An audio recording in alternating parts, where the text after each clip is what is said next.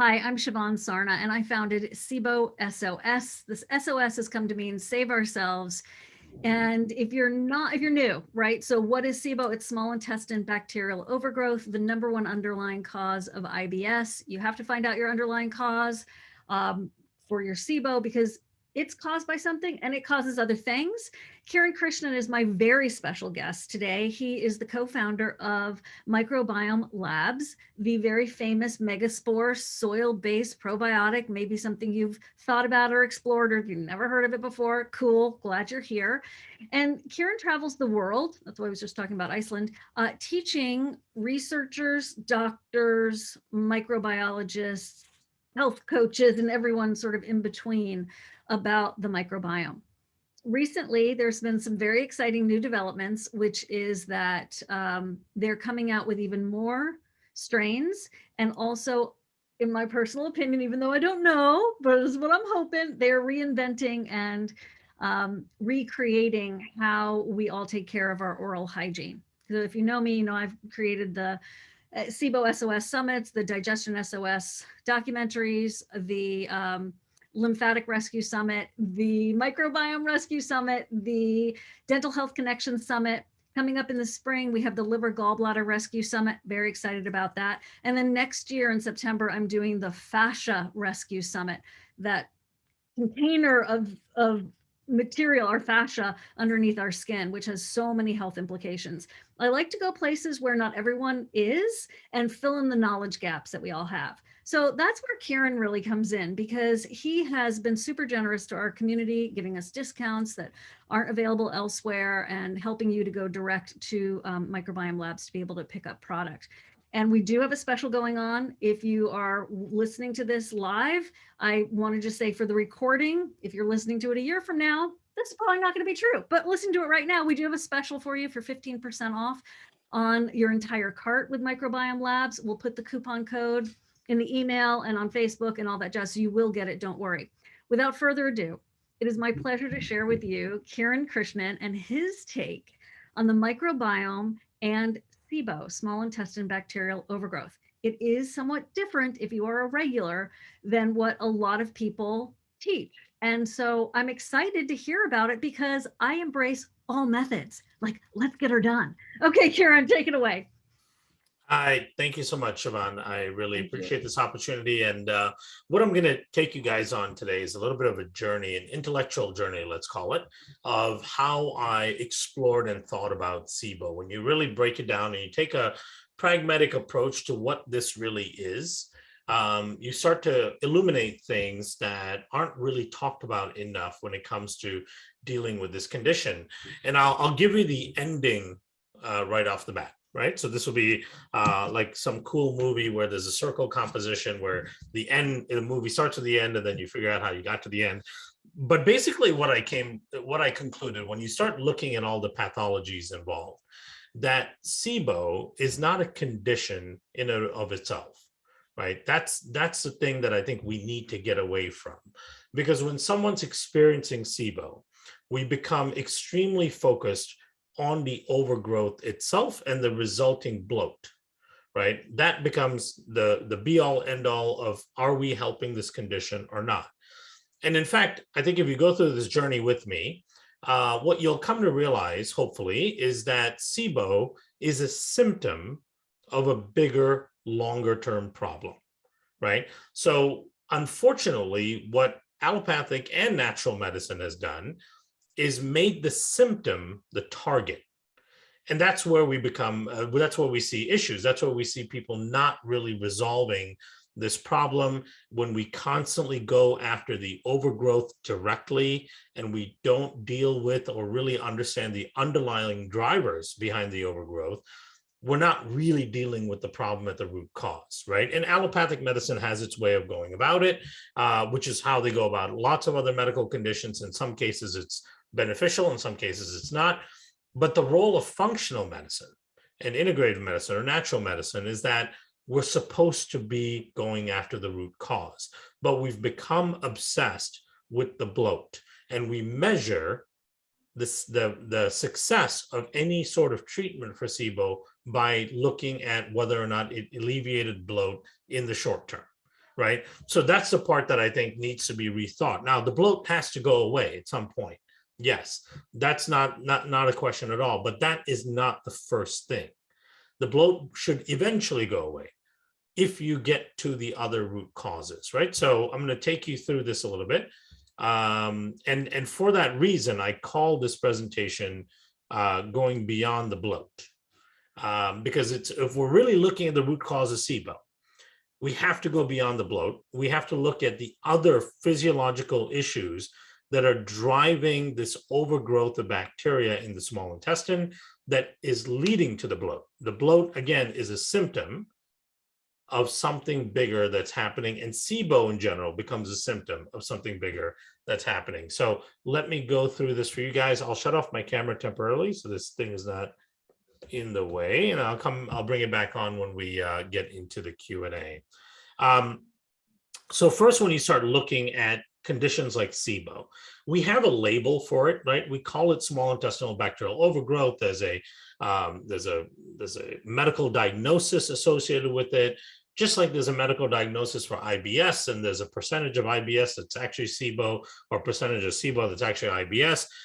And part of it, to me, is all of this is in a way kind of misdirecting people and creates misdirection in terms of approach, because these conditions are all so similar in many ways and differentiated in a few different ways. But in general, they are digestive issues that are driven by probably the same underlying factors, right? So let's just look at some of these statistics that you can find out there. So between 4 and 78% of irritable bowel syndrome is caused by SIBO. When you see a statistic like that, I pulled this off, I think CDC or something website, it's almost laughable, right? How can something be between 4 and 78%? That's like between 0 and 100. If I said, between 1% and 99% of conditions are driven by this, of this condition being driven by this cause, it would be laughable, because 1 in 99 is a very different number.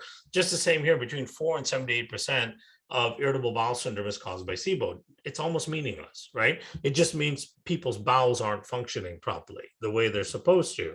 And the most common symptoms of IBS, both C and D, are abdominal pain and or discomfort, irregular stool form passage, bloating, constipation, or diarrhea. And then, of course, the most common symptoms of SIBO are also abdominal pain or discomfort, bloating, flatulence, loose motion, constipation, and so on. Very similar overlapping symptoms, lots of similar dysfunctions, yet we have these labels for each of these things: IBS-C and IBS-D and SIBO and methane-based SIBO and hydrogen-based SIBO. And we want to label things because we want to compartmentalize them and put them in a box, because we're so used to labeling conditions and then finding a singular treatment for that one labeled condition, when all of these are actually syndromes, and all of them are likely driven by the same root cause. And how they manifest, whether the syndrome manifests as IBS-C or manifests as methane-dominant SIBO, is based on where your microbiome was when it got dysfunctional. Also, it depends on what influences you around you, right? What types of foods you're exposed to, what your environment looks like, and all that. That'll dictate whether this becomes chronic diarrhea or chronic constipation, or this becomes methane dominant or hydrogen dominant. All of those endpoints aren't as significant as what is driving it at the root cause. And the scary thing about this, to me, when I started digging into this and going down this journey, is that when you look at the root cause dysfunctions, yes, they create these digestive issues that are really wreak havoc on your quality of life, because you can't eat things and you get this bloating response and discomfort and all of that. But the bigger underlying problems are much more serious, and they have much more long-term consequences, right? If we don't address the parts of the physiology that are falling apart and leading to these symptoms. I hope that makes sense, but and this will get more clear as I go through. SIBO officially is defined as an increase in bacteria equal to or greater than 10 to the 5 colony forming units per ml of upper gut aspirate. Right. So the only definitive way to know that you have SIBO is to do an invasive upper gut aspirate sample. So you put in a tube down your throat, and you get samples of aspirate from your upper GI, and then they plate it and they look and see, is it higher than 10 to the 5 colony forming units, right? And 10 to the 5, keep in mind, is not a big number, right? 10 to the 5 is basically 1 with 4 zeros. With 5 zeros in front of it. So it's about 100,000 bacteria per ml of upper gut aspirate. And that's not a lot when it comes to bacteria, right? So it's 1 with 5 zeros, so it's about 100,000. And when you go over 10 to the 5, now you officially have small intestinal bacterial overgrowth. Keep in mind that the large bowel has 10 to the 12 CFUs of bacteria. That is 1 with 13 zeros after it, right? That's a big number, and that's normal. That's a normal bacterial concentration of the large bowel versus the small bowel. If you are at 10 to the 5 or more, you are now in this disease state, right? So there's a significant difference in what the large bowel and the small bowel are supposed to house and handle when it comes to bacteria. And yet the large bowel and small bowel in many ways are quite similar in terms of the environment. The small bowel does have more oxygen, so it does favor facultative or organisms that can deal with oxygen and lack of oxygen. And the large bowel is mostly anaerobic, meaning there's no oxygen there. So that's a big difference. But for the most part, both areas are really good areas for bacteria to grow, right? The small bowel is warm, it's moist, there's lots of food coming through, lots of liquid coming through. It's there's endless substrates, there's all of this mucus layer to bind to. They can even eat away at the mucus layer, and yet somehow bacteria are prevented from exceeding a 10 to the 5 CFU per ml of aspirate level, whereas in the large bowel, the bacteria go to crazy numbers like 10 to the 12, right? And remember, 10 to the 12 is, again, 1 with 13 zeros in front of it, right? That's a massive, massive number compared to the small bowel with 10, with 1 with 5 zeros in front of it. It's widely accepted that stasis, so the bowel's not moving, is a feature of SIBO. And that's an important thing to keep in mind, right? Because that's a fundamental function of your digestive tract, is to move, right? And there's a couple of mechanisms that drive that. And if your bowels stop moving and defecation becomes infrequent, that is a fundamental issue. That has impact on the rest of your body in many ways. And this is a fundamental feature of SIBO, right? And so to me, that's one of the things that one should hone in on as to why that is happening, right? And it's not about just, let's try to keep stimulating the bowels. Let's use prokinetics and let's, try to trigger the bowels from moving. The question is, why have they stopped moving, right? And that in talking to a lot of the clinicians that I get to work with all the time who are working on SIBO and treating patients with SIBO, that question's not asked very often. And because it's not asked, there's no approach for it.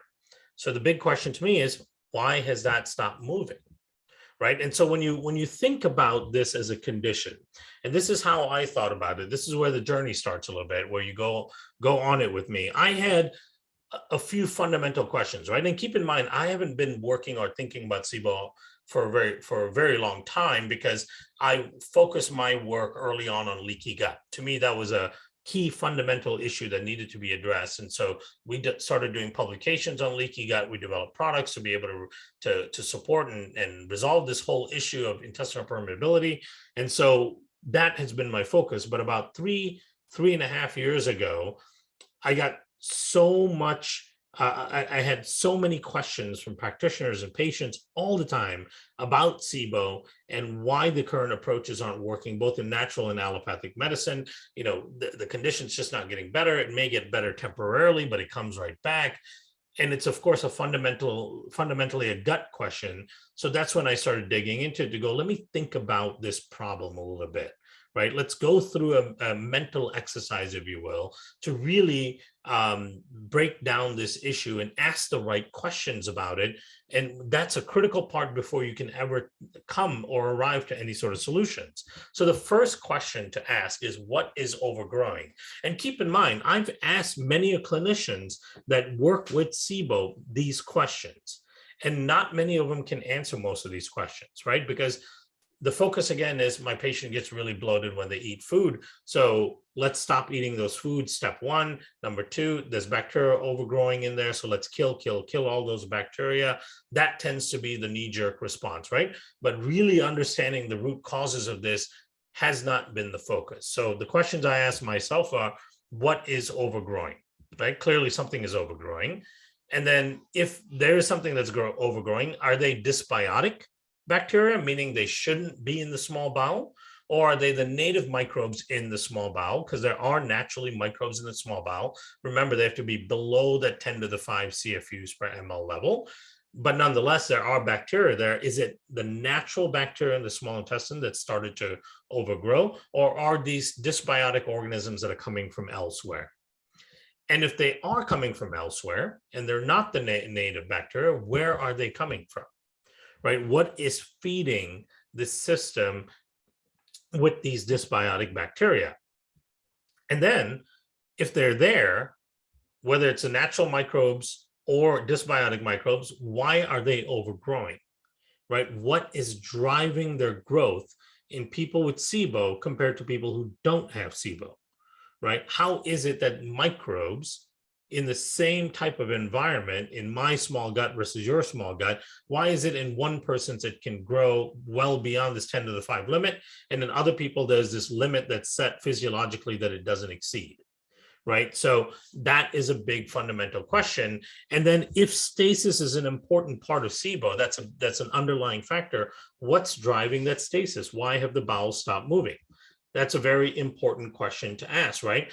And in order to understand why microbes are overgrowing in the small bowel of people with SIBO, you really have to understand what are the natural protections against these issues, right? What protects against the stasis? What protects against the overgrowth?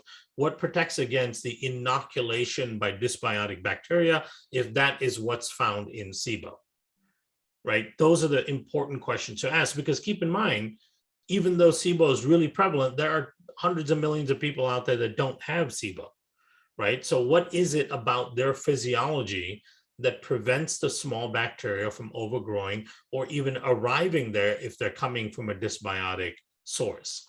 So these are the important things. And when you really look at SIBO, when you look at the diversity of people it affects, right? The age diversity can affect a 12-year-old just as much as it affects an 80-year-old. It can affect a man just as much as it affects a woman in almost any stage of their lives. There is no real clear pattern into who's the most higher risk individual or type of individual with this condition. And it's also quite complex in terms of the onset of the condition for different people, right? It's not always somebody that had known food poisoning. It's not always the same driver in every case of diagnosis of SIBO.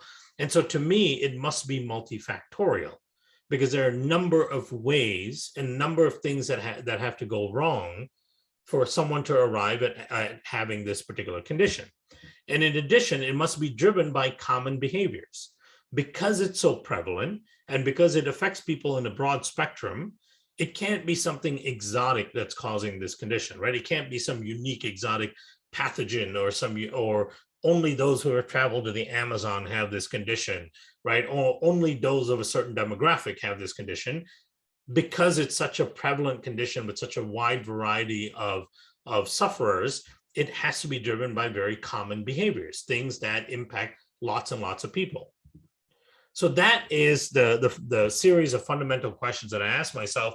And when you start digging into the literature to try to understand those questions and then the answers associated with them, the good news is there's a lot of information out there and a lot of data that points us towards the right answers, right? So the first question, what is overgrowing and are they dysbiotic or native microbes? Well, the interesting thing about SIBO is there's been a lot of study about SIBO in certain specific conditions, like in the case of non-alcoholic fatty liver disease, NASH, which is non-alcoholic steatohepatitis or hepatosteatosis. In these conditions, SIBO, or the overgrowth of small bacteria over 10 to the 5 CFUs per ml of aspirate, is quite predominant, right? And because of that, in these conditions, they have done lots of studies looking at microbe samples from the small bowel, plating them, characterizing them, trying to figure out what is actually growing in these individuals when they have SIBO. As it turns out, it helps answer the question that these are dysbiotic organisms. So to begin with, the predominant microbes in a healthy small intestine, right? So these are the native microbes if you don't have SIBO, tend to be gram-positive bacteria like Blautia or Rheumococca ACA, right? These are examples of the normal microbes that are in that region, that are in the small intestine. Now, when you get SIBO, what you tend to find is that overgrowth in SIBO is characterized by a taxa shift. So taxa is a taxonomic, you know how all organisms and species and all can be put in this taxonomic characterization, a taxa shift to gram-negative bacteria, right? So from gram-positive bacteria, which predominates a healthy small intestine, now in SIBO, you tend to find a shift towards a predominance of gram-negative bacteria, such as Enterobacter ACA, E. coli, Klebsiella pneumoniae, Proteus mirabilis, or Proteus mirabilis, as well as other gram-negative organisms like Pseudomonas aeruginosa. Now, many of these, if you guys are familiar with microbes, are also potential pathogens, right? They're not necessarily direct pathogens in the sense that the moment you have them colonizing, they're going to cause illness. Most of these are opportunistic organisms and potentially pathogenic. And the key is that they're gram-negative bacteria. Now, for those of you that don't know what gram-negative, gram-positive is, a quick explanation is that every bacteria in the world can be designated as gram-negative or gram-positive, right? When you take a bacterial cell and you put a stain on it called a gram stain, some bacteria absorb that strain in their cell structure because they have a cell wall around them, right? So they have a cell membrane and then a cell wall on the inside of that membrane as well. That cell wall structure will absorb the dye. And when you look at them under a microscope, they look more blue or purple. That means they're gram-positive. Gram-negative bacteria don't have that cell wall. They only have a cell membrane. And another characteristic about a gram-negative bacteria is that they have an endotoxin embedded in their cell membrane called LPS, lipopolysaccharide. That's an important thing to keep in mind as we move forward in this conversation. So just remember, taxa shift when you start seeing an overgrowth in the small bowel that's leading to a diagnosis of SIBO. You're going from gram-positive, benign bacteria like Blautia, Rheumococca ACA to opportunistic pathogenic type of organisms that are gram-negative now growing in the bowel like E. coli, Klebsiella, Enterobacter, and so on. There are some gram-positive bacteria still found, but they are more on that opportunistic spectrum. Organisms like Staphylococcus, Streptococcus, Enterococcus fecalis, Enterococcus faecium. These are gram-positive potential pathogenic organisms or opportunistic organisms that are also found in the small bowel of people with SIBO. And these, again, are not the native microbes that should be there. So as you can see, they're clearly dysbiotic bacteria. Then the big, and then we also allows us to understand what is actually overgrowing. So in SIBO, we know that it's opportunistic gram-negative and some opportunistic gram-positive bacteria that are growing, and they are dysbiotic bacteria, meaning they don't belong in the small intestine naturally. And if they don't belong in the small intestine naturally, and they are dysbiotic, then the big question is, where are they coming from, right? What is the source of these organisms? And although a number of these SIBO bacteria are naturally found in the colon, to me, this is a secondary route, because when I first started talking to functional medicine doctors about SIBO 7-8 years ago, when I first just started in a cursory way looking at this thing, I always heard that these microbes in the small intestine were coming up from the large bowel past a dysfunctional ileocecal valve and entering into the small bowel that way, right? To me, that didn't quite make sense because that's a very unusual dysfunction to occur where your ileocecal valve is dysfunctional, and then you have this particular mix of bacteria in the proximal end of your large intestine now moving up with some force, because it has to move up to a good portion of your small intestine, and your small intestine is 20 something feet, moving up with some force up into your small intestine and inoculating the system, right? So to me, that seemed like a less plausible way for these microbes to get to where they are and remain as dysbiotic microbes. There is another source to me, which could be likely the primary source of these dysbiotic microbes, and that is the mouth, right? The mouth houses all of these dysbiotic bacteria: E. coli, Enterobacter, Proteus, Staphylococcus, Streptococcus, Enterococcus. People's mouths, especially dysfunctional or unhealthy mouths, which at least 94% of Americans have unhealthy mouths, house these types of microbes at really high levels, right? And you are swallowing these microbes every single day. You're swallowing it every minute as you ingest your own saliva, right? Saliva is washing over the teeth, the gums, the soft tissue in the mouth, and then it's taking these bacteria and you're swallowing them as if you're taking a opportunistic, supplement every single day, right? You're getting large amounts of these bacteria moving into your digestive tract from your mouth every single day. And there's some connections on this, right? So it's interesting to look at these connections. When you look at 60% of diabetic patients yield oral Enterococcus fecalis and faecium, right? So think about it, diabetic patients, at 60% of them have oral Enterococcus fecalis and faecium, compared to only 6.6% in controls, right? That means if you're diabetic, you are 10 times more likely to have Enterococcus fecalis and Enterococcus faecium in your mouth, right? At the same time, diabetics also have a much higher prevalence rate of having SIBO, right? A recent study found that SIBO is present in 43% of diabetic patients with chronic diarrhea, and 75% of them had improvements in their symptoms after being treated with antibiotics.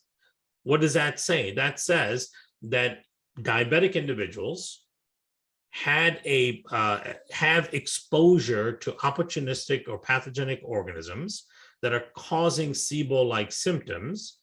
And when you use an antibiotic and kill bacteria, that seems to alleviate the symptoms, right? So that means there's a source of microbes entering into their system, and that if that source is slowed down by an antibiotic, the symptoms abate. And so that is a really interesting connection. And keep in mind, one of the two of the species that are SIBO dysbiotic bacteria are Enterococcus fecalis and Enterococcus faecium. So this shows diabetics who have a higher tendency to have SIBO also have a high tendency to have Enterococcus fecalis and faecium.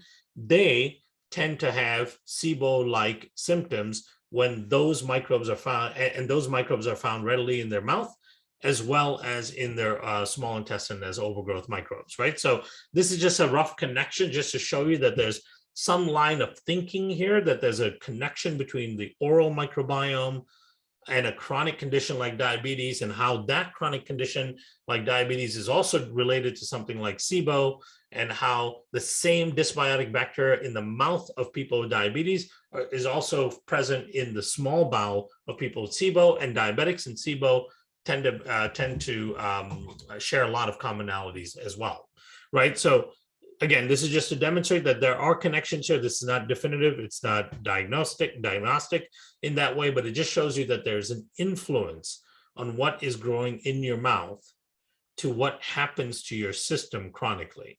And that can impact things like metabolic health and diabetes, or it can impact digestive health, as in the case of SIBO.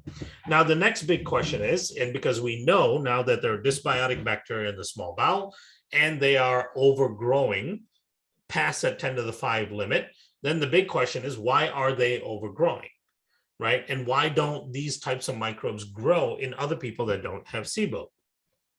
That leads us to understanding the natural protective mechanisms against small intestinal bacterial overgrowth. Because remember, I mentioned earlier that the small intestine is a great place for bacteria to grow. Right? There's lots of moisture, there's food coming in constantly, it's warm, there's all of these binding sites in the mucosa. So bacteria really should be growing there quite readily all the time at very high levels, similar to the large intestine where you find 10 to the 12 CFUs of bacteria. Right? So what is it about the small intestine that naturally maintains a low level of bacteria? The first thing is stomach acid.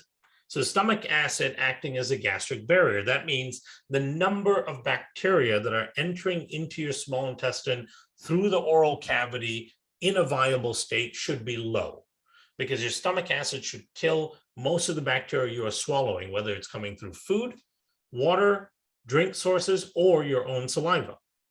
Right, so most of the microbes entering into the digestive tract, into the stomach, and eventually into the small intestine should be inactivated by stomach acid. So then they don't pose a threat as serving as an inoculation source for the small intestine. Right, so stomach acid is one of the key protectors. The second one is bile secretion and the bile acid pool. As you guys know, bile is formed by the liver, stored in the gallbladder, and then secreted into the small intestine when food is present. And bile plays a number of roles. One of the key roles that bile plays is it acts as an antimicrobial. And I'll talk a little bit more about bile in a second, but keep in mind that bile is a super important component of maintaining a low level of microbes in the small intestine. Bile is not present in the large intestine. And that's one of the big differentiating factors as to why the large intestine can have such a high amount of bacteria, whereas the small intestine has this ceiling of a certain number of bacteria and doesn't allow it to exceed that. The other one is the activation of the FXR nuclear receptor by bile. I'll talk about that again a little bit more as we go along. But again, bile plays this dual important role in maintaining low levels of bacteria. Then, of course, the fourth one is peristalsis. That's the movement of the bowels. The bowels are constantly moving, especially in the small intestine, and moving things like food along so that food cannot sit in any given spot in the small intestine for a very long time. Now, when you look at bacterial growth, right? So when you take bacteria and you try to grow them on a plate and you give them all the food they want on that plate, bacteria go through two phases of growth. There's a lag phase of growth and then a log phase of growth, right? The lag phase is where the bacteria is just starting to metabolize the food and start turning on the correct genes to start multiplying. And it takes the bacteria some period of time before it starts to do the logarithmic growth, right? Normally, it takes 12 to 24 hours for most bacteria to get out of that slow lag phase and start going into the sharp log phase growth. It's no different than leaving some food out on the counter. It doesn't spoil immediately. It doesn't spoil in 3 hours, right? It doesn't spoil in 10 hours. More often than not, you have to leave it overnight, 12 hours, 16 hours, 24 hours before it actually goes spoiled. And the reason for that is all of these microbes have this lag phase and log phase growth. Now, when you think about the digestive tract, when food enters the small intestine, right, that then becomes a source of fuel for the microbes that are in the small intestine to start metabolizing the food and start growing. But all of the microbes in the small intestine have that lag phase in their growth cycle, right? Which means that in order for food to provide them enough energy so that they can enter log phase growth, the food has to sit in the small intestine for more than 12 hours. But it doesn't, because the peristaltic activity is so important in moving food along at a given pace so that your bowels can be emptied typically within a 12 to 14 hour period, right? So this natural movement of food through peristalsis does not allow food to sit in the small intestine long enough for bacteria to utilize it to start going into this log phase growth and then reaching super high numbers. Now, it's different once it hits this large intestine. It can sit in the large intestine longer.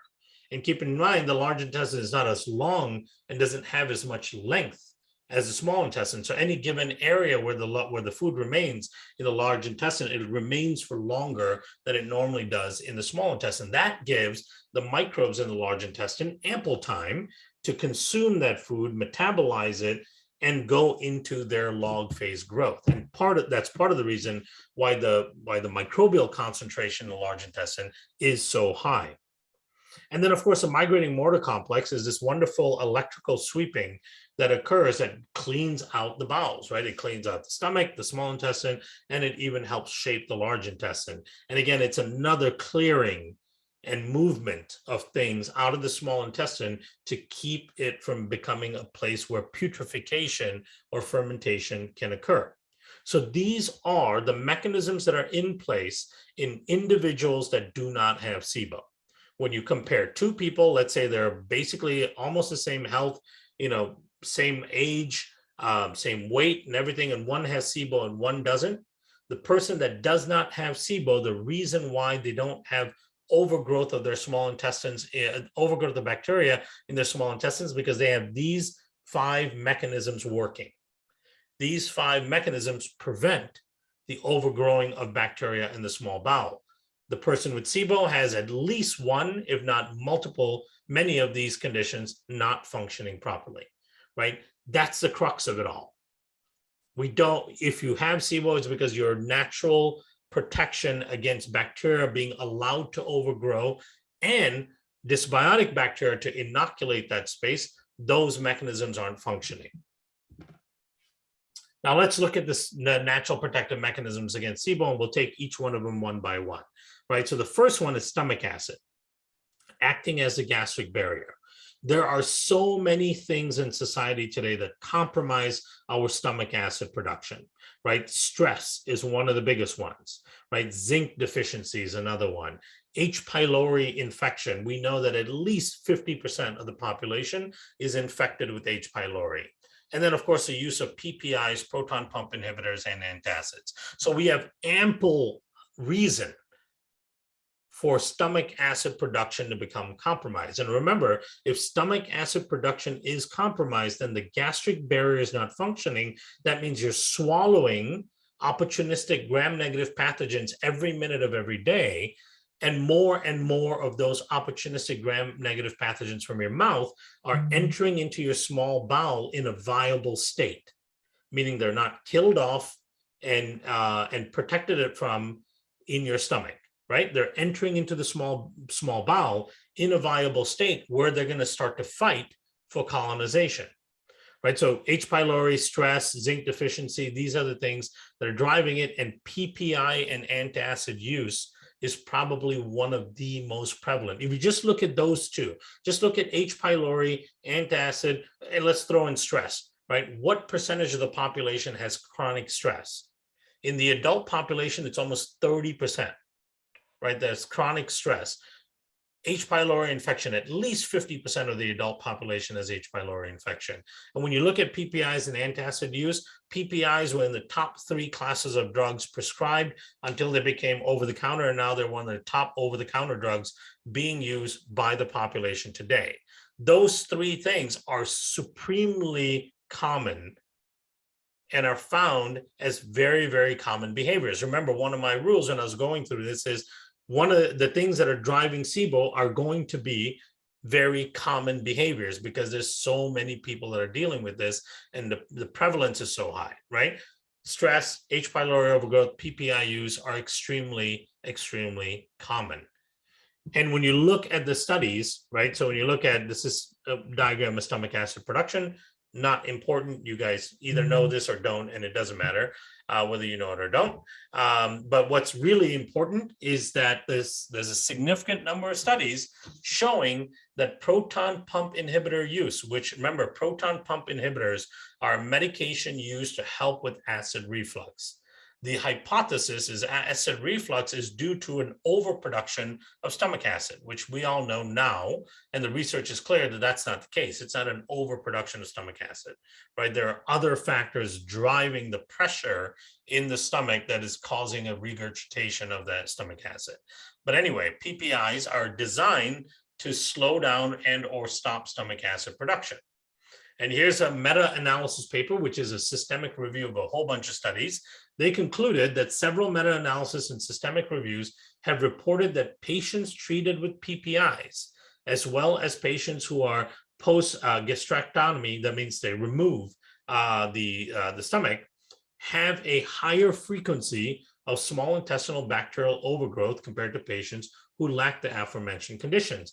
At this time, PPI-induced dysbiosis is considered a type of SIBO, right? So if the mouth is the primary source of dysfunctional bacteria in SIBO, it makes absolute sense that if you compromise the gastric barrier, the thing that's supposed to protect us from viable opportunistic organisms coming from the mouth to the small intestine, if that barrier is compromised, then it should lead, that compromisation should lead to a high incidence rate of SIBO. And sure enough, it does. And the studies show that it does, right? So one underlying factor in the presence of SIBO is, where is your stomach acid production, right? What has compromised it? Are you dealing with stress, right? Is stress management a part of your SIBO protocol? Likely not, right? If you think about it, is H. pylori treatment or addressing part of your SIBO protocol? Likely not. Is zinc deficiency part of it, right? Are you compensating, or you're being compensated for the long-term use of PPIs and antacids? Right? These are critical things if we want to deal with the root cause of SIBO.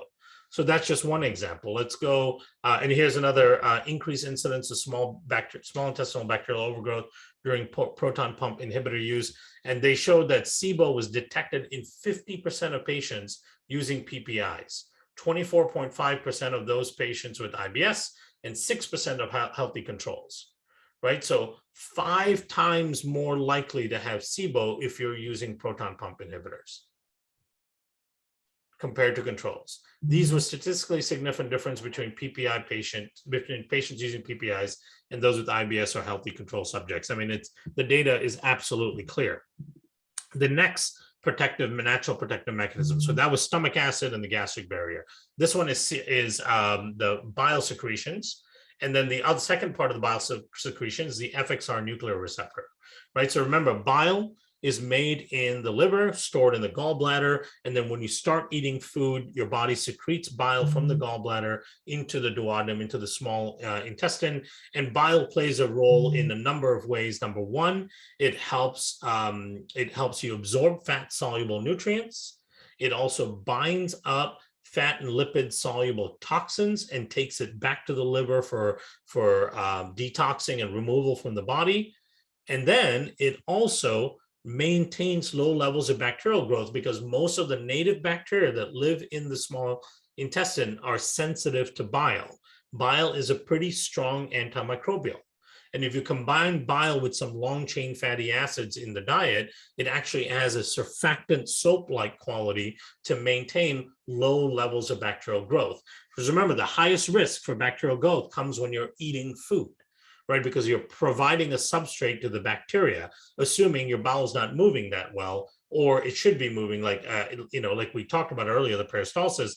But the food provides a substrate for the bacteria to sit and start metabolizing and start to overgrow.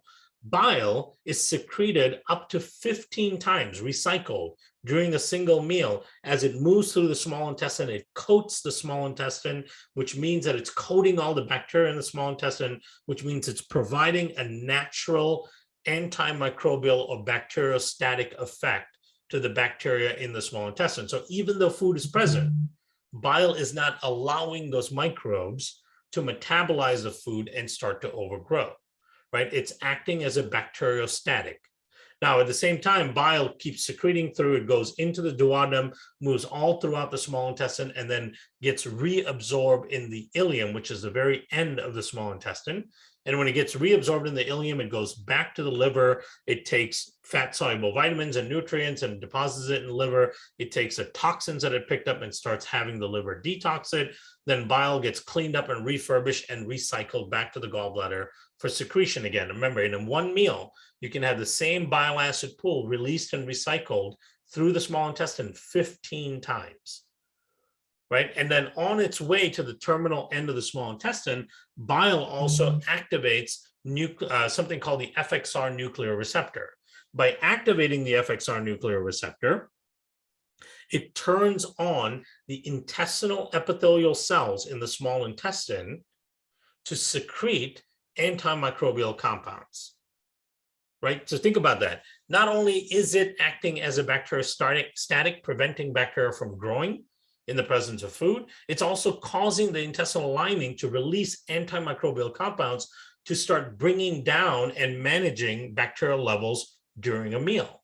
So bile plays a two-phase role here, right? So, and clearly it's a natural protective mechanism against allowing bacteria to overgrow in the small bowel. So it would be logical then, if bile is somehow compromised, meaning your liver is compromised and you're not producing as much bile as you should be, your bile acid pool is diminishing with each cycle, and your bile acid pool is not being cleaned up properly because you don't have a healthy liver, it would stand to reason then that liver dysfunctions will be associated with SIBO, right? Because bile, the natural protective mechanism, is not functioning. So this goes through bile itself, but when you look at the studies, it becomes pretty clear that liver disease symptoms in non-alcoholic fatty liver disease and small intestinal bacterial overgrowth are absolutely related. What they showed here is some studies reinforce the concept that small intestinal bacterial overgrowth plays an important role in the pathogenesis of non-alcoholic fatty liver disease through endotoxins, which come from bacteria, and the activation of tumor necrosis factor as mediators. So what this is showing is that there's a correlation and a relationship between having small intestinal bacterial overgrowth and the progression and the development of non-alcoholic fatty liver disease. So with liver dysfunction goes small intestinal bacterial overgrowth. And this is mediated through an inflammatory pathology and the presence of endotoxins, which I'll talk about in a second. Right, so this connection is there. And then there are more studies looking at the prevalence of small intestinal bacterial overgrowth in association with non-alcoholic fatty liver disease, which of course, if you have non-alcoholic fatty liver disease, it means your bile acid pool and the ability of your liver to produce bile and circulate bile and work, use the bile circulatory pathway effectively is compromised, right? So in this study, they looked at 372 eligible people, meaning people that could have SIBO because they presented that way. 141, which is almost 38% of them, tested positive for SIBO, which that's called a study group. So there's people that tested positive for SIBO are the study group, and 231, 62% were negative for it. So that's a control group, right? So we had people with similar symptoms, some control group, no SIBO, study group, yes SIBO. Non-alcoholic fatty liver disease occurred in 45.4% of the study group, right? So if those diagnosed with SIBO, 45% of them also demonstrated non-alcoholic fatty liver disease compared to 17% in the control group, right? So quite significant, almost 2.5 times more likely to have non-alcoholic fatty liver disease if you're diagnosed with SIBO. Patients in the study group were found to have higher rates of elevated aspartate aminotransferase and alanine aminotransferase. These are liver enzymes that are detected at elevated levels when your liver is dysfunctional. And they also had higher levels of type 2 diabetes. We made the diabetes connection earlier as well as hypertension and metabolic syndrome, right? So all of these larger scale chronic illnesses all go along with this same pathology. So it's not just about the bloat, because the bloat is in part caused by the liver not functioning the way it should.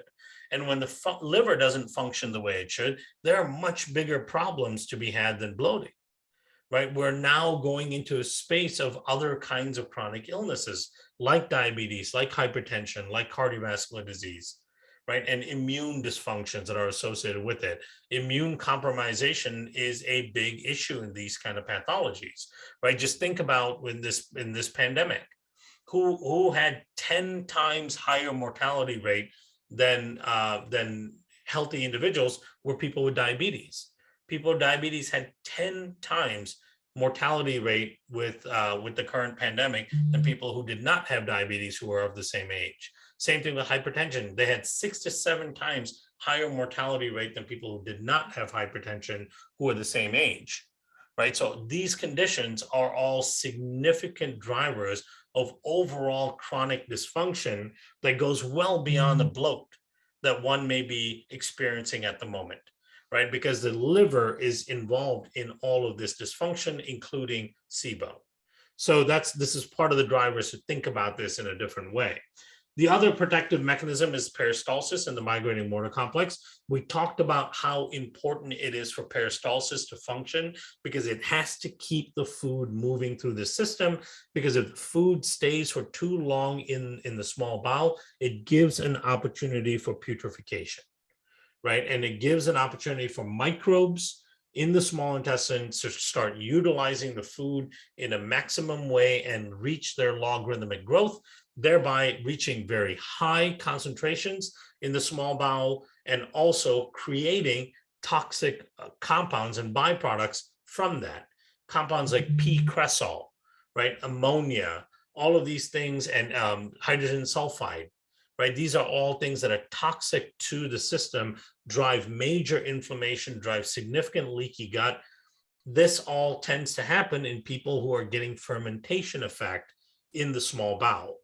And part of that is because the food is not moving through fast enough because of the stasis and the lack of peristalsis, right? And the migrating motor complex also gets compromised in the same fashion. And if it is compromised, then we're not cleaning and sweeping the bowels, right? And all of these types of conditions like celiac, gastroparesis, enteropathy, diabetes, hypochlorhydria, which is a lack, of course, of HCl, all of these things drive this condition of stasis. And then, of course, LPS, lipopolysaccharide that I mentioned earlier, that was in connection between SIBO and liver disease.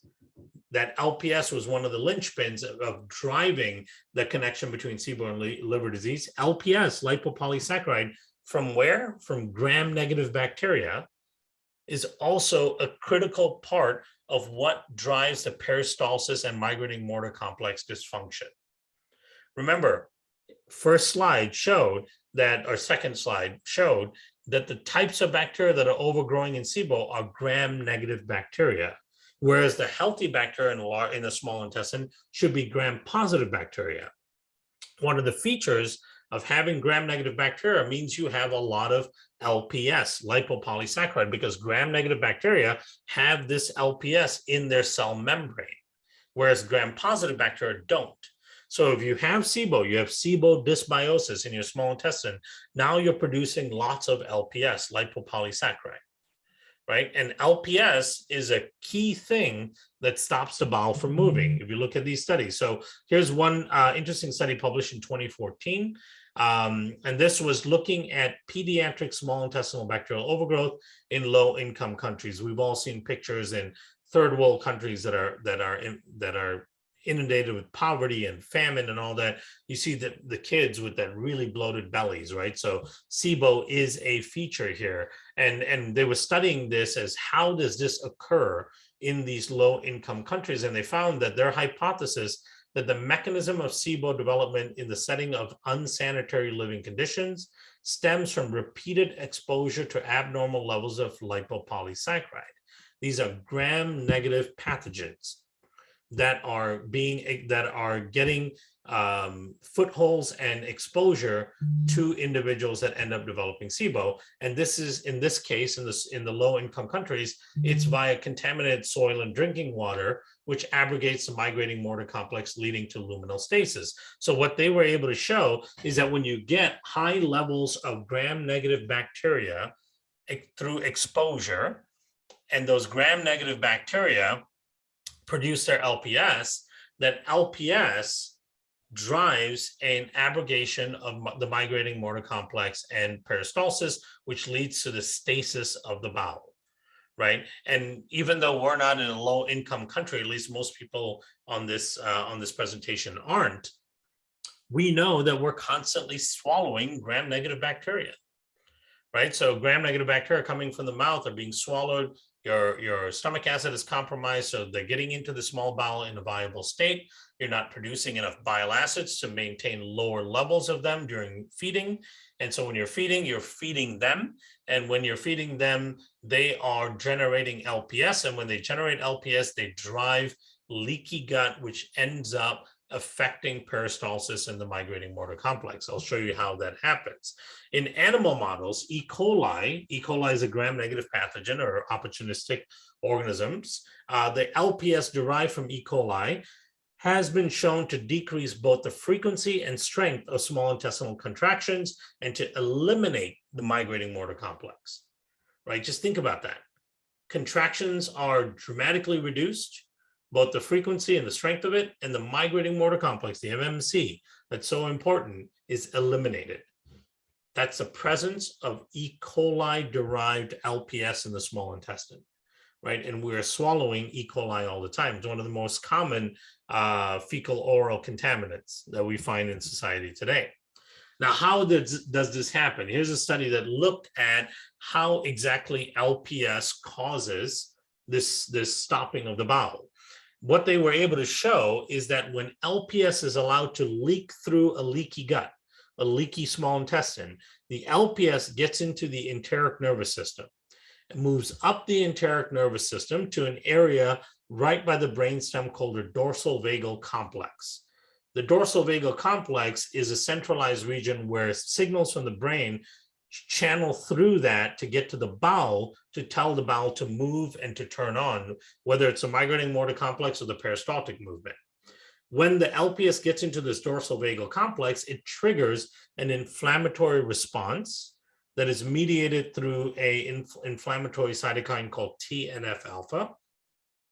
When TNF-alpha is activated, it creates enough inflammation, enough damage to the dorsal vagal complex that the signals from the brain to the gut that are supposed to go to the gut to move aren't making its way to the gut, right? So the LPS and the resulting inflammation that it's caused in the dorsal vagal complex has stopped and roadblocked the signals from the brain that tell the gut to move. And what was interesting about this is it was not possible to elicit gastric motility via prokinetics, right? So think about how often we see people where the bowels are stopped, and we know that because they have SIBO, and then they're given prokinetics, and the prokinetics don't really help. And that's because if you have LPS-driven stasis in the bowel, which I think most people with SIBO do, through leaky gut, then even the prokinetics can't jumpstart the system because the signals from the brain, which is the source of the signal, are not making it to the enteric nervous system. And what they found, this is a follow-up study to the previous, what they found is when they bound up or inhibited the expression of TNF-alpha from LPS being in the dorsal vagal complex, they were able to regenerate that kinetic signal to start peristalsis in the migrating motor complex, right? So it's the inflammatory response in the dorsal vagal complex because of the presence of LPS, which leaked in because of intestinal permeability. Is that inflammatory response in that dorsal vagal complex that stops the signals from making its way to the gut.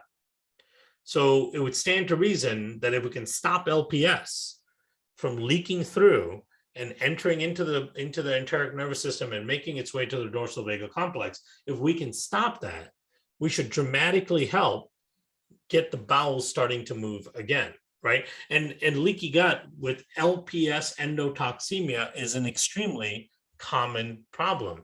We saw this in the very first publication that we did, where we screened a little over 100 college students, and these are healthy, normal students. So they didn't have any conditions that they reported. They were never diagnosed for anything. And yet 50 to 55% of them had severe endotoxemia that's represented by this type of response to food, right? Meaning every time they ate food, this is at time zero, they came in fasted, and then we give them a meal here. And within the next 5 hours, you see this massive 6-fold increase in the amount of LPS in their circulation. That means all of that LPS had been generated in the gut and migrated past the intestinal lining, is now floating around in circulation, making its way to the brain, up the brain stem, and so on, right? 55% of healthy normals had this. So LPS endotoxemia is super common, just as stress is super common, and zinc deficiency and H. pylori infection and the use of antacids and PPI. And unfortunately, non-alcoholic fatty liver disease and fatty liver disease are all also becoming more and more common. So all of these drivers that we know are dismantling the natural protective effects that natural protective mechanisms that we have against allowing small intestinal bacteria to overgrow.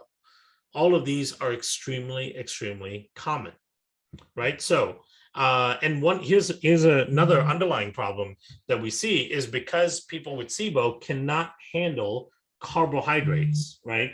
Carbohydrates become extremely uncomfortable for them to consume because you get a lot of bloating and discomfort and distension in the belly. A lot of times, SIBO people start shifting their dietary bulk from carbohydrates towards fat or protein.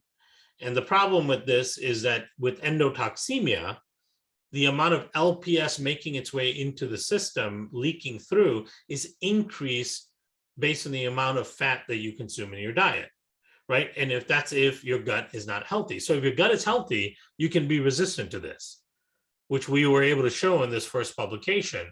But if your gut is not healthy, it's dysfunctional, which most SIBO IBS patients have a dysfunctional gut, then the increase in fat intake in your diet is actually going to increase LPS, which means that more LPS is getting into the enteric nervous system, clouding up the signals from the brain, and which means that it does not allow that individual's peristaltic activity and migrating motor complex to recover, right? So it's not a way of dealing with the root cause, the avoidance of foods that create bloat, because that avoidance pushes you towards foods that will actually make the underlying problem worse.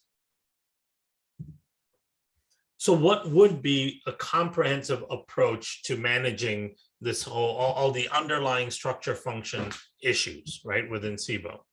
To me, in addition to targeting the overgrowth, either with antibiotics or antimicrobials, and that's really a choice. In my view, I don't think you need to target the overgrowth first with antibiotics or antimicrobials, but some people still want to, and their doctors are happy to do it. So if you are doing that, in addition to that, it becomes important to address the underlying issues of stasis, of the bowel not moving, which is mediated by LPS and leakiness in the gut. Also, the systemic TNF alpha upregulation and the central motility aberration that follows, right? So that becomes important. Prokinetics, remember, will not help much if the dorsal vagal complex is compromised by LPS and by leaky gut. So to stop the reoccurrence of SIBO and let the bowels actually start moving, which is a critical part of protecting against SIBO, LPS endotoxemia has to be addressed. And how often is LPS endotoxemia being addressed in your treatment protocols for SIBO? Low HCl and gastroparesis, the slowing down of gastric emptying, must also be addressed, right? And I hardly ever see these things being addressed when patients are being managed for SIBO. Liver support is absolutely critical. We talked about how critical the liver is in terms of its bile production and cleansing of bile and recycling of bile, and bile's ability to activate the FXR nuclear receptor, all of the roles that bile plays in maintaining a low level of bacterial growth in the small intestine. All of those jobs are extremely important there, and they count on having a healthy liver. And then to reduce the risk of comorbidities that come along with SIBO-like symptoms, mucosal damage and mucosal inflammation, that's the inflammation to the mucosa in the small intestine, which inevitably gets damaged because of all the inflammation that goes on in the small bowel in people with SIBO and IBS. In order to reduce the risk of the development of comorbidities from those damage, the mucosal inflammation and rebuilding has to be addressed. Colonic saccharotic bacteria, these are the microbes that can convert things like proteins and carbohydrates into really, really beneficial gut healing short chain fatty acids. These bacteria in most people with SIBO have not had adequate food source because people with SIBO tend to cut out most of their carbohydrates and vegetables and fibers and all that, which is what these colonic saccharolytic bacteria need. So being able to re-stimulate the colonic saccharolytic bacteria with the right types of prebiotics and so on is also going to be important.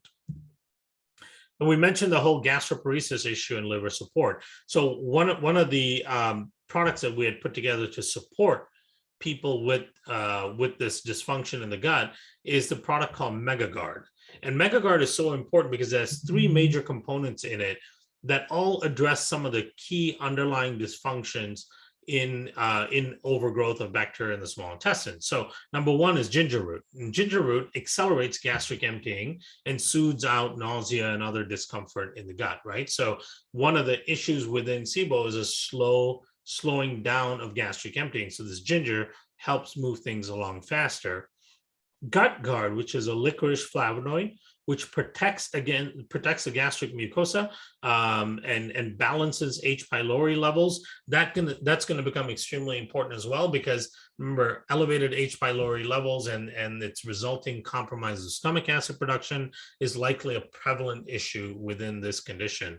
And so having and supporting a healthy level of H. pylori, and it's normal for H. pylori to be in your stomach to a certain level, but once it moves up and grows past a certain level, it becomes very problematic. And so maintaining and supporting a healthy level of H. pylori is a really important part, and that's what Gut Guard does. And finally, the artichoke leaf extract, which is actually a prescription product in parts of Europe like Germany, will stimulate bile production and balances cholesterol levels, right? So with just this one product alone, you're helping address gastric emptying, which slows down dramatically in people with overgrowth. It helps address the issue of imbalanced H. pylori and damaged mucosal lining. And then it also helps address the issue of bile and bile secretion, as well as balancing bile against other fatty acids, right? So this is one very important product that can help with supporting your SIBO patients. And then other recommendations, right? Number one, using FODMate. So a lot of people who are suffering from SIBO and IBS and so on, they're very sensitive to FODMAPs in diet, right? FODMAPs are the fermentable carbohydrates. So they go on a low FODMAP diet, which means you're basically eliminating lots and lots and lots of healthy foods that a lot of your large bowel bacteria need.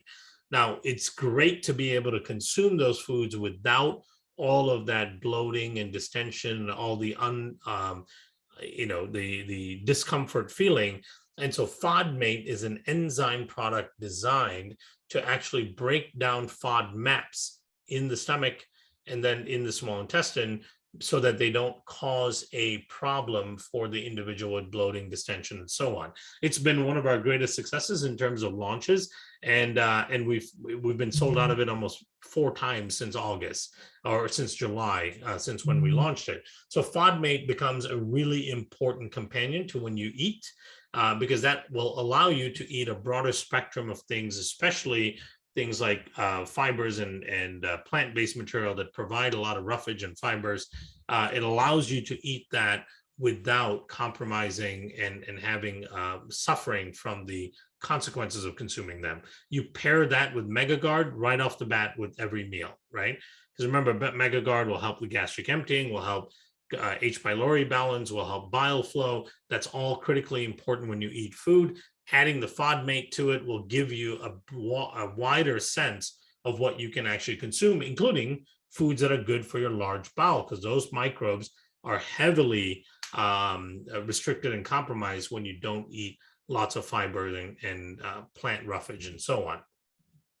If you are doing an antimicrobial, or even if you're not, but especially if we're doing an antimicrobial, we always recommend that you start with IgG, Mega IgG 2000, and HU58.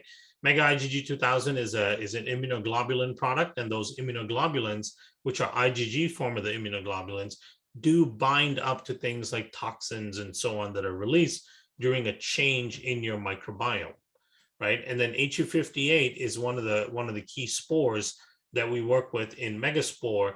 What it's been demonstrated to do is be very powerful at competing against problematic organisms. Right. So if you've got problematic organisms that are being shaken up in your bowel, because of an antimicrobial, antibiotic, or whatever you might be on, you might want this HU58 to be considered, because you want to ensure that the use of an antibacterial, antimicrobial of some sort doesn't favor the regrowth of opportunistic bacteria more, which often it does, right? And so having this kind of protective strain in there will help mitigate the overgrowth of these problematic organisms. And then towards the end, let's say you did decide to do the antimicrobial and you did it for 3 weeks or 4 weeks. Certainly towards the end of it, you need to start looking at megaspore to start sealing up the gut lining so that LPS doesn't leak through. You need to look at the modulatory effects that the megaspore has. Megaspore blend has on immune response, where it can actually reduce the severity of inflammatory types of responses in the body. We see it helping and supporting the immune system to deal with problematic organisms. We see a positive change in the microbiome in terms of diversity and the presence of keystone species when you start utilizing the megaspore biotic. And then the megamucosa is really important to rebuilding the mucosal lining that inevitably gets damaged during the course of having and dealing with SIBO. Right, so those two become extremely important as well. And then mega pre, even though lots of people at SIBO get very paranoid when you start talking about prebiotics, if you are dealing with the other dysfunctional systems, the oral cavity, the presence of pathogens in the mouth, the lack of HCl production, the poor bile flow and bile recycling, the loss of peristaltic movement and all that, if you're starting to address all of those things, you can certainly start using small amounts of a prebiotic, in our case, about 1/4 of a scoop, or maybe even less, mixed in a large glass of water and sipped throughout the day. That'll provide some critical oligosaccharides for your large bowel bacteria that haven't had adequate food sources because you haven't been able to consume lots of carbohydrates and fiber. Right, so this is a really important start. Now, there's another one I would add on here, which I don't think I have a picture of, but ZenBiome. Right, remember we talked about how stress is a big driver of dysfunction when it comes to HCl production in the stomach. Being able to manage stress, in our case, using a psychobiotic we call ZenBiome, which significantly reduces stress, reduces cortisol levels, improves sleep indices, all kinds of positive impacts on the brain. Adding that in can really help those that are dealing with chronic stress, which is likely a source of causing problems with their HCl production, right? So this is really the look that I came up with when you consider SIBO and you really dig through the pathology. And what I found is that in clinical practice, rarely are the other issues surrounding SIBO addressed effectively, right? Liver function, HCl production, gut lining, intestinal permeability, so the LPS issue, rarely are these things all a normal part of people's SIBO protocols. And if you're not addressing these underlying root cause drivers, then the likelihood of overcoming this condition becomes much, much less, right? So that is my journey into SIBO. Of course, when I was doing it, I read, probably, 200-300 papers. So much more than I showed you here today. This is an abbreviated version, so it's easy to understand, but the science is there. The science is pointing towards what the underlying root causes are of people that exemplify overgrowth in the small intestine. And then the most important part to me is those underlying root causes are also the root causes for lots of chronic illnesses. Right, so just focusing on the bloat and going after that, and then not seeing a reduction in bloat in 2 weeks or 3 weeks, creating discouragement from people that the whatever they're doing is not working. That we have to get away from, because unless we get away from that mentality, we really can't address the root cause effectively. So thank you. That's it. Thank you. Yeah. So if there's any. Well, I want to just ask you a couple of specifics. Kiran, come on back on camera, handsome. Let's see. Okay, do not think that he's saying you need to take all those supplements all at one sitting or all at the same time or any of that. He's just showing you the lineup. So that is not what he's saying. But notice while Kiran was talking, I put on lipstick and earrings and a necklace. Yay! It's the holiday edition. I love it. Thank you, Kiran. That was very comprehensive. A couple of really powerful questions based on your content includes what are we doing for the oral microbiome? So just as a background, I've been working on these projects for years now, and thank you, Kiran, for diving in with me on the SIBO bandwagon. And Karen and I have talked about the oral microbiome on multiple occasions. And it is, I'll never forget, I was with him in Seattle at the W Hotel at a convention. And he started talking to me about the mouth, and we talked about the toothpaste we like and stuff. And I was just like, when you get the tingle, I was like, this has got to be related. Oh my gosh, I just really feel it's related. And so fast forward 3 years later, I have done the Dental Health Connection Summit based on that original spark, kind of, because I also met Hal Huggins, the sort of father of biological dentistry in the United States back in the 80s. But anyway, what are you brewing for our oral microbiome, sir? Yeah, so a couple of things. We have a product coming out hopefully by late spring of next year, which is a combination of an enzyme and flavonoid that you use as a lozenge. And what we've been able to show over a few years of studies, that it helps break down the plaque formation on in the mouth. And why plaque formation becomes an issue is because as plaque becomes layered and becomes deeper, right, you get different microbes that can grow in different layers. It becomes more and more anaerobic over time as the layers become thicker and thicker. So you actually start developing colonization, a higher density of these types of microbes in your mouth, and you start favoring certain types of opportunistic anaerobic pathogens.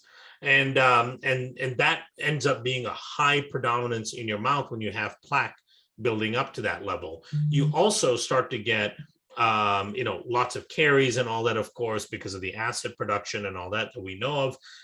But that in itself, just breaking down and maintaining a low layer of plaque. You don't want to eliminate plaque. It is protective at a certain level, but maintaining that low level of plaque is really important in reducing the overall concentration of bacteria and the dysbiosis in the mouth itself. So that's one thing. And then we've also, have a version of the which you may not be able to see. This is the biocidin spray, right? But we have one called megacidin, which is the same product with the spores in it, right? So we work with biobotanical research on this product, and this we use as an oral spray. And as we know, the biobotanical ingredient in there provides some degree of antimicrobial function to keep the levels of bacteria low. But then the probiotics also get into the gingival tissue and in the buccal immune tissue and help stimulate immune response in the mouth soft tissue to help your immune system control the growth of pathogens in there as well. Very cool. Very cool. Thank you very much for your generous coupon. You have extended it, just everyone knows, if he's extended the coupon till the end of the month of this month.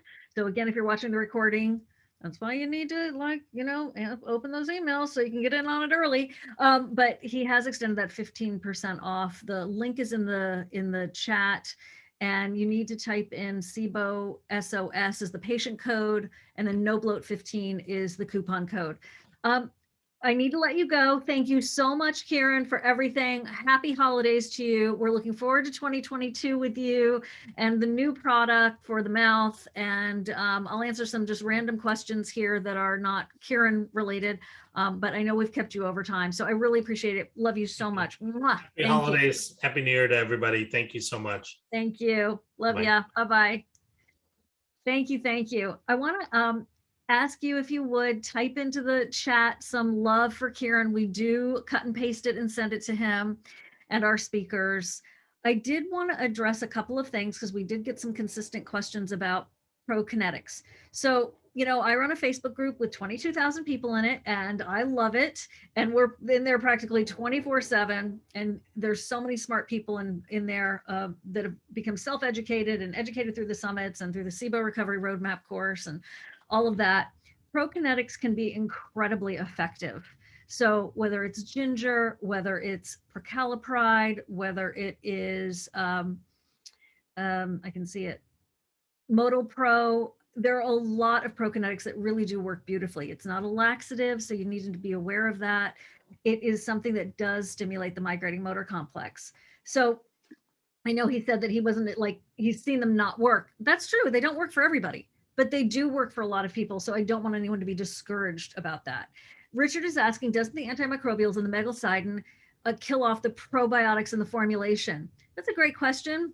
Kiran's not really in the business of killing off the good part of the formulation. I see where you're going with that, but I would imagine they've already figured that part out. LDN is a weak prokinetic and is amazing for people's immune systems.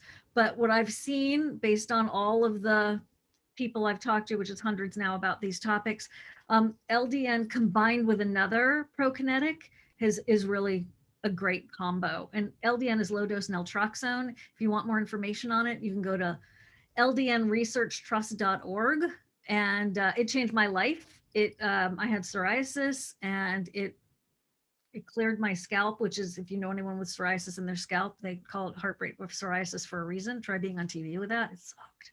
So it's a miracle. You have to do it properly. It could give you vivid dreams, but that's actually a sign that it's working. I take mine in the morning. You can find out more about it in the SIBO SOS Facebook group. And Kathleen, you know, the IBSD, I want to make sure I understand exactly what your initials mean. Carol, oh, wow. Carol, you stayed out of the sunshine for your walk to listen to this? I wish you could just have listened to it on your phone or something. I'm glad you're with us, though. Get out there and get some vitamin D, girl, with a big hat and sunscreen. So thank you for posting on there. You know, that artichoke, you've got to try it. You've got to experiment with it. If it appeals to you, it's a miracle for some people. That's the thing about SIBO. So the underlying causes that he was talking about are that bacteria overgrowth, obviously, but remember that from food poisoning, from Dr. Pimentel, he has shown that when you've had food poisoning, not everybody, but many people, it creates confusion in the intestines through molecular mimicry. It slows down the migrating motor complex, which leads to the bacteria hanging out in the small intestine and overgrowing, because the MMC, the migrating motor complex, is that sweeping motion, like they call it, he calls it the crumb cleaning wave. That was a mouthful. And that is very, very important that you understand what it does. So how can you tell if your prokinetic is working? Well, it's that the SIBO doesn't come back. But if you have, it's complicated, I know. If you haven't addressed your underlying cause and you do the prokinetic, your SIBO still might come back. So I have to tell you this story. So in January 15th or 16th, one day is for professionals and one day is for patients. Dr. Allison Siebecker, world-renowned SIBO specialist, friends with Kiran as well. She and I are doing a webinar, one for pros, one for patients, about it's about several things that people aren't getting right about SIBO. And she and I have been working on it for weeks now. We periodically do them when we launch the SIBO Recovery Roadmap course. Whether you want to take the course or not, you should still come. And or you want to take the pro course if you are a professional, you should still come to this webinar. Okay, it's going to be fantastic. So Allison and I were talking, Dr. Siebecker and I were talking, and we're going to tell the story again because it was really profound. We were speaking to another gut health expert, and he said to Dr. Siebecker, it's like you have a chart with everything that works. And, you know, because he was saying that he feels like nobody's really getting SIBO right. And he's like, the way you two are talking is like you have this chart and you have a list of everything that works. And she and I looked at each other and we were like, but we do. It does exist. It absolutely does exist. It is the algorithm that Dr. Mark Pimentel started and that Dr. Stephen Sandberg Lewis and Dr. Allison Siebecker added to. It's on page 110 of my book. It is on SIBO SOS for download. It's the basis of the SIBO Recovery Roadmap course. We're going to go over it on the 15th and 16th. I hope I'm getting those dates right. It's mid-January. Check your emails. But what I love about what Kiran was just talking about is the liver, the bile. Why do you think I'm doing a liver gallbladder rescue summit in the spring? It's because of what he was talking about. That is so important. If you don't get that part right, the rest of the treatments might not work. If you get those treatments right and you get your liver, gallbladder taken care of with your bile balance and all that, and your stomach acid, you are just setting yourself up for success, is what I have observed as a fellow patient, as someone who is deeply enmeshed in this topic and been in, talking to thousands of people in the Facebook group and hundreds of experts in this. So I was really excited that he talked about that, and know that one of the underlying causes can be food poisoning from what I just talked about, can also be adhesions, right? So adhesions are internal scars. Well, it's actually a scar that is from a horse kicking you in the belly, or the seatbelt digging in a car accident, or that cesarean section. Collagen forms internal scars to hold you together, which is a miracle, and it makes adhesions, but that can even pull your intestines out of place and impact the migrating motor complex. So it's multifaceted, right? There are resources. There are tons of free things that we have at SIBO SOS and SIBOinfo.com. Hold on. Yes, we are going to send out the recording. I promise. I promise. Yeah, we are. The plan is to send out the recording. This is my book, Healing SIBO. It's $20 right now on Amazon. There you go. If there are recipes in there and stuff, it goes over that whole 110. It goes over that whole protocol I was just talking about. And if you could do that in conjunction with what Kiran was talking about, there it is, and get your vagal nerve balanced, you're just continuing to increase your chances of becoming SIBO free, and or at least managing it such a way that it doesn't get worse. Maybe you have an underlying cause that can't be resolved. Doing a pulse of periodic killing along with rebalancing your microbiome is magnificent. Now, I have something else I just quickly want to talk about. I had a sign. I literally have a sign. Hold on. I just reorganized my office. So here it is. Okay. You ready? Breathe. There is something that I have nicknamed SIBO panic. And I want everybody, especially at this time of year, to breathe. There are answers. I swear to you, I promise you, no one has had more SIBO panic than I have.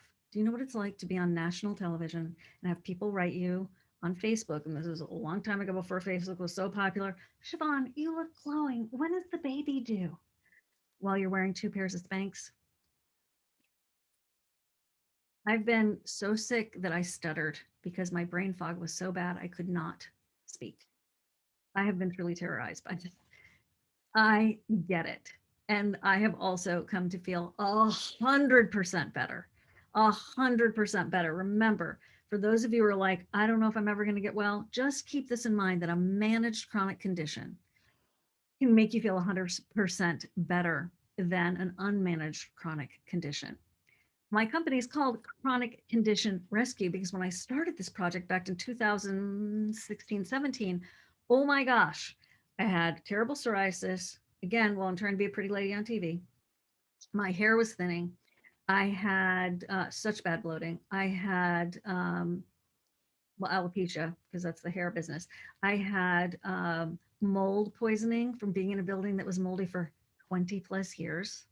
Oh my gosh, my inflammation in my body, a CRP level, if you're not familiar with that, it's an indicator of inflammation, was as if I had a broken leg.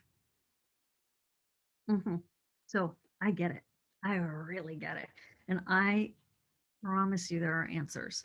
Wouldn't it be great even if you could feel 20% better? Like, seriously, of course I want you to feel 100% better, but know that there is hope. There are answers. Do not let anyone tell you that this condition is constantly, unresolvable, because that's just not true. If you do your due diligence, you find what's going on with you. And maybe, yeah, you do have an underlying condition like an adhesion that you can't resolve, or scleroderma, or something horrible like that. God bless. There are still ways to feel better. Okay. So is mold toxicity an underlying cause? So there are people that really feel that it is an underlying cause. There are people who feel like, well, if it's not an underlying cause, it's such an inhibitor to being well that it's very hard to resolve your condition until you resolve the mold or do it at the same time. There is a phenomenal masterclass we have at SIBO SOS under courses. That's $59 well spent by Dr. Ami Kapadia on mold resolution. And she sees a lot of SIBO patients. That is an amazing, amazing class. There's a treasure trove on SIBOSOS.com under courses in the master classes that we've done. $59. Get in there and check them out. Ehlers-Danlos, which is the collagen disorder, if you're hypermobility. We have one from Dr. Leonard Weinstock on MCAS and rosacea and restless leg and histamines. We have one on mold. We have a couple on Lyme. Fantastic. We have 2 on SIFO, small intestine fungal overgrowth. So check it out. Maybe maybe Clarissa, if you could pop in the course. Thank you. She's so good. Thanks, Clarissa. Check out the SIBO SOS Masterclass Vault. Okay. Okay, Holly, take care. Everybody take care. Thank you. I know. David, see, I really appreciate it. I'm so sorry you have trouble walking. Listen, I probably got my first food poisoning at 5. And Dr. Siebecker also had her first experience of SIBO at 5 years old. So I do really appreciate what everybody's going through. Yep. Okay. Any recommendations for liver support? So his MegaGuard, Kiran's MegaGuard is great for that, as are, Dandelion. And I'm not a doctor. I'm just giving you the suggestions that I know of. Tudca, Tudca. Listen, if you have liver issues, please, thanks, Cindy. Merry Christmas to you too. Please, we will be getting you signed up for the Liver Gallbladder Rescue Summit that comes out in March, starting in January. And when you sign up, you'll get some of the free classes right away. So be sure to sign up for that summit. Okay, I'm going to wrap up, but I did want to wish you all the best. Thank you so much for being here. And you're always on my thoughts and prayers, and in my heart and on my mind. And I also just want to take this opportunity to thank my team, who is so devoted to this cause. And just know that 2022 holds a lot of promise. Pray, if you're a prayer warrior like I am, pray for Dr. Pimentel to make the discoveries he needs to make, and for Kiran and his discoveries, and Datis Karazian with the vagal nerve work, and on and on and on. There's one other thing I have to tell you about. When you go to SIBO SOS, and you go to the courses or the vault, let's say you've tried everything. You're like, Shivan, I've tried it all. I've tried rifaximin, I've tried neomycin, I've tried prokinetics, I've tried it over and over and over again. I have a great SIBO specialist, like, it ain't working, nothing's working. I know what my underlying cause is, it's still not getting better. Remember, it could also be parasites, because those symptoms mimic SIBO. It could also be SIFO, small intestine fungal overgrowth. And you've got to watch Dr. Satish Rao's class if you think you have fungal overgrowth. Dr. Ann Hill talks about parasites in a beautiful masterclass. So that's all at SIBO SOS. But we also have another summit, which is called the Next Steps for Treating Tough SIBO. And what that was something that Dr. Siebecker wanted to put together because, well, she is the biggest proponent of the rifaximin, the neomycin, the prokinetic, the formula, because she and Dr. Stephen Sandberg Lewis at the SIBO clinic in Portland, doesn't exist the way it did now, the way it did, but they were literally doing SIBO breath tests before, doing treatment, and doing after, and they saw what worked. And that's what is so powerful when it comes to that roadmap, because it does work. They have seen it hundreds, thousands of times, but you have to do it in the right order. And you have to perhaps support your bile, perhaps support your stomach acid. So it's complicated. How long did it take for you to get SIBO, right? Did you get it yesterday? No. So it's one of those things where, how long did it take for you to, get in debt? Well, it takes a long time to get out of debt. It's one of those. And I hate to say it because I'd love to say it's so quick and easy. So consider all of that. Hang in there. I hope you have a beautiful holiday season. I know it's already, almost done. But I also wanted to point out that it's a really tough emotional time. There's a lot going on. So give yourself a break. Seriously, breathe. Don't take it too seriously. If you can avoid it, I know what it's like to feel terrible. Don't get me wrong. But don't let it rob you of the joy that does exist, that can be harvested, that can be shared. I see it every year now in the Facebook group. There is a 99.9% glorious, but there is a little bit of bitterness that sneaks in during this time. I think it's because we're all reflecting. We don't want to go into another year feeling a certain way. And we, people tend to get very cynical towards the medical community and things like that. And don't let anything get you down. Just don't. I know that sounds easier said than done, but there is so much hope. You just need to breathe step by step, inch by inch, it's a cinch. Okay? I promise. I really do. All right. Happy holidays. Namaste, everyone.